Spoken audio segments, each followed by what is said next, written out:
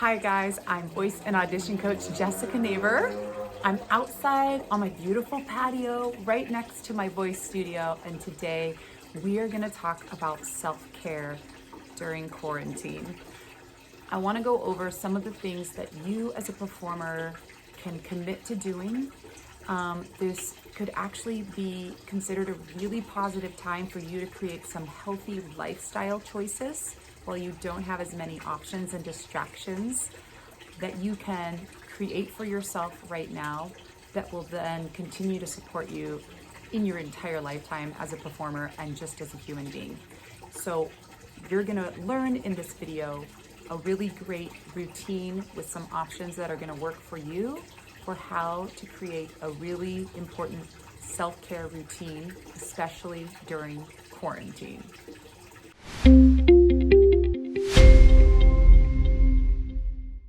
All right, so we're gonna get into it.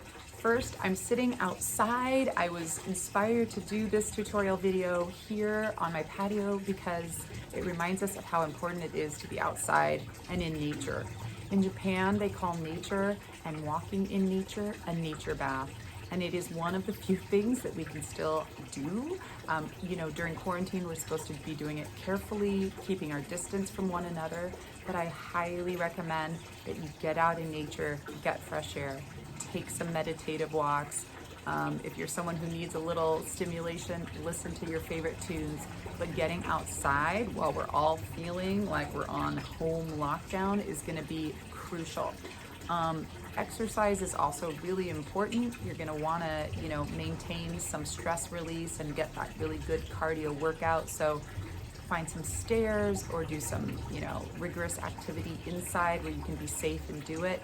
But, as vocalists and performers, our body is our instrument. And so it's important to keep it in good physical shape. The other thing that we want to keep in good physical shape is our mind during this time. There's a lot of stress. Hello! My child is waving to me from the window thinking, what is she doing? There's a lot of stress coming at us. There's so much news that we're getting every day, updates about this whole pandemic, and it's very overwhelming. So I want to go over a few key things that are very important to use for your mind health right at this moment. I'm a really big believer in meditation, and I have to admit to you that it took me a long time to come to that. I was raised in Berkeley, California, where there were so many hippy-dippy meditators. I couldn't stand the thought of it. It looked silly, it looked cliche, it looked pretentious, and I just didn't get it. It finally worked for me when I realized that meditation doesn't have to be sitting there with your legs crossed saying Om. It can be anything for you that makes you feel like you can take one step outside of yourself, detach a little bit, give yourself a little distance and pause so that you're not always reacting to everything. And what that is gonna mean for you might be different. It might be walking meditation, it might be dancing, it might be singing. There is some truth to just sitting and being still, because that's the time I think that we can truly tap into our thoughts. And then honestly, let your thoughts put on a performance for you. Let them do a dance, let them do their thing without attaching to them, without reacting. Treat them like the clouds drifting by in your head. And as you're thinking these thoughts, you're just gonna breathe them in and out. You can set a timer for a few minutes. This isn't something that you have to do forever. We're not monks, we're not here. We've got busy lives. We're juggling so much right now. But I'm noticing that in my morning routine, when I even give myself just a few minutes to be still and centered, I feel so much better the rest of the day. And by giving myself that check-in time, I'm so much less reactive and less stressed. And I feel like I've gifted myself something that then continues to show up for me in different ways throughout my day. The impact is really great. Another thing is to think very seriously about who you're surrounding yourself with, who might be inspiring you to either be more healthy mentally or less so. we have all kinds of people in our life, and they all serve a purpose. But for you to just take note of who it is that feels like they're supporting you and who maybe feels like they're a bit more draining or a bit more drama is going to let you know when and how to relate with the different people in our lives. And that includes family and loved ones. You have options. You don't have to cut people off, but just to recognize that your resources are limited, and so who you spend your time around is going to have an impact on your mental health. So just be aware of that.